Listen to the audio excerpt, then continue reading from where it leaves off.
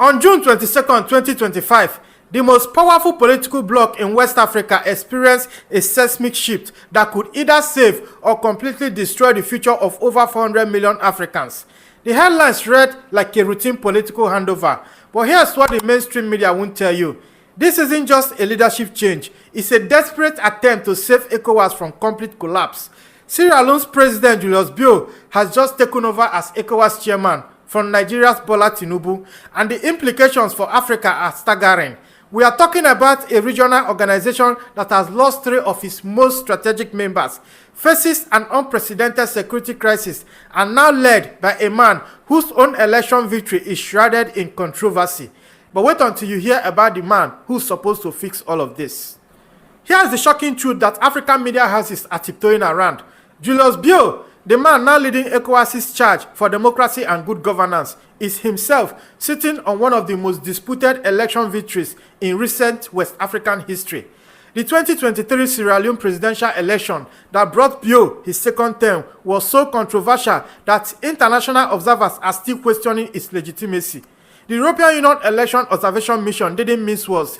They flagged statistical inconsistencies and noted that voters' trust in the credibility of elections was undermined by lack of transparency during critical stages of the process. However, there were also issues that we, as a friend of Sierra Leone, observed and are imperative to address. Firstly, political violence shrank the space of political participation. This was observed by the EU Election Observation Mission in at least 6 districts. We also saw disproportionate use of force by security agencies on several occasions. And here I want to stress, violence has no place in elections, neither here in Sierra Leone nor anywhere else on the globe. Also, I want to speak about the tabulation of results that proved to be a key issue, a tipping point. That proved, to be a key issue, a tipping point. The ECSL did not ensure transparency at this very crucial stage of the process. She added that the ECSL did not heed calls of international observers to be open about the tabulation process, adding that out of the 21 recommendations, they are pinpointing 7 priority areas. Our observers, as well as citizen observer at the Tally Center, could not conduct a meaningful observation of the tabulation of results. Thank you. Despite repeated calls from observers, the ECSL did not publish the disaggregated result data. Thank you. Lack of transparency and limitation on independent scrutiny leaves space for doubt and stains an election. Guys, again, every Sierra Leonean out there, enough of the buffoonery, enough of the foolishness. And what happened behind the scene is even more telling. The Carter Center, one of the most respected election monitoring organizations globally, stated, "We are not convinced that the integrity was maintained throughout the elections." Opposition leader Samura Kamara called the result daylight robbery.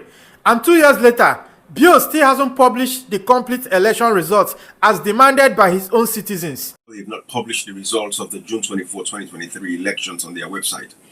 And I'm going to use Liberia and Ghana as an example to show Sierra Leoneans this is what comes up on ECSL's webpage. Statement from the Chief Electoral Commissioner. Nowhere in Liberia's electoral page, website, did you see the commissioner had to make a statement talking about this and that and all that nonsense, right? But this is what you see in ECSL's page. Statement from the Chief Electoral Commissioner. Let's put it on the screen now. In exercise of the powers conferred on it by sections 33, 42(2)(e) and 38A as amended of the Constitution of Sierra Leone 1991, all that bogus talk, right, Salon people? Now, look what it give we. This is the result. This is what we should go with. Below is the total number of votes obtained by each presidential candidate. Bio, 1,566,000 votes. APC, Samura Kamara, 1,148,000 votes. This is all they're giving us. This is all they're giving us. This is what you call disaggregated data. You go to inside Nimba County. Again, remember, in Nimba County in Liberia, The National Elections Watch parallel vote tabulation placed Bio between 47.7% and 53.1% of the vote, below the 55% threshold needed for first-round victory, while official results showed 56.1%. The staggering implication for Africa is that regional bloc promoting democracy is now led by a man whose own democratic credentials are under serious question. Sierra Leoneans have expressed shock and dismay at Bio's appointment, asking how someone whose election victory remains disputed can restore credibility to ECOWAS. Tell me in the comments if you think Bio can lecture other African leaders about democratic governance when his own victory is questioned.